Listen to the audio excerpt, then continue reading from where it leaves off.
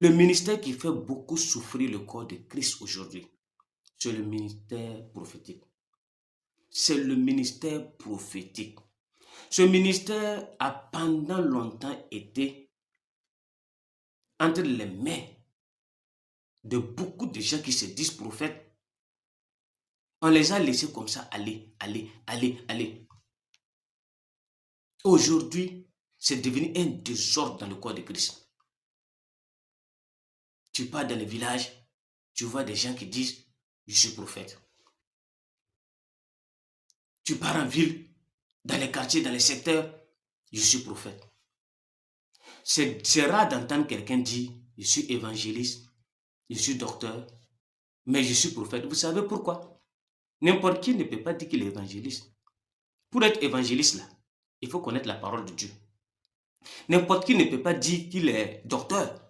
Pour être docteur, il faut connaître la parole de Dieu, il faut étudier. N'importe qui aussi ne peut pas dire qu'il est pasteur comme ça. Parce que la Bible dit, la parole de Dieu nous dit, pour être pasteur, là, il faut enseigner, il faut être un enseignant. Tant que tu ne peux pas enseigner la Bible, tu n'as pas le droit d'être un pasteur. Tant que tu ne peux pas enseigner la Bible, tu n'as pas le droit d'être un pasteur dans le corps de Christ. Tous ceux qui sont des pasteurs et qui ne savent pas enseigner, qui ne comprennent pas la Bible, ne sont pas des pasteurs, ce sont des voleurs, des imposteurs. Ils sont passés par le mur pour entrer dans le corps de Christ. Ils sont passés par le mur pour entrer dans le corps de Christ. Ils ne sont pas passés par la porte. C'est de l'ivraie.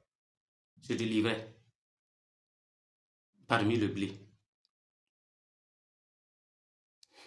N'importe qui ne peut pas devenir évangéliste. N'importe qui ne peut pas devenir évangéliste. N'importe qui ne peut pas devenir docteur. N'importe qui ne peut pas être pasteur. Le ministère où c'est facile de dire qu'on est serviteur de Dieu, c'est le ministère prophétique. Puisque le ministère prophétique se base sur la voyance. Puisque le ministère prophétique se base sur la voyance, sur les révélations, sur les paroles de connaissance, sur les choses spirituelles. Donc, ce ministère-là est devenu une porte ouverte pour Satan. Est devenu une porte ouverte pour Satan, une ruse utilisée par le diable pour détruire l'église de Christ. Vous savez, lorsque tu pars voir un prophète et qu'il te dit, telle chose va arriver dans ta vie, telle chose va arriver dans ta vie, telle chose va arriver dans ta vie, et que la chose n'arrive pas,